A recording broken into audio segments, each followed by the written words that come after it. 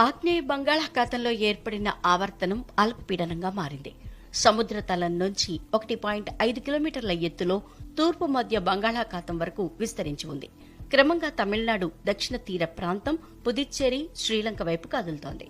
దీని ప్రభావంతో మంగళవారం నుంచి ఈ నెల 15, 16 తేదీల వరకు తమిళనాడు, ఏపీలోని ఏపీ దక్షిణ కోస్తా, యానాం, రాయలసీమ జిల్లాల్లో భారీ వర్షాలు కురిసే అవకాశం ఉందని వాతావరణ శాఖ తెలిపింది. ప్రకాశం, నెల్లూరు, తిరుపతి, చిత్తూరు, కడప, అనంతపురం, సత్యసాయి, పుట్టపర్తి జిల్లాల్లో అధిక వర్షపాతం నమోదు కావచ్చని అంచనా వేసింది.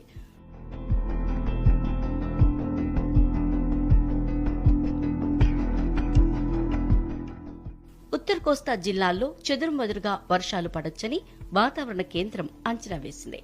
ఇక నెల్లూరు, శ్రీ సత్యసాయి, పుట్టపర్తి, కడప, అన్నమయ్య, రాయచోటి, చిత్తూరు, తిరుపతి జిల్లాల్లో అక్కడక్కడ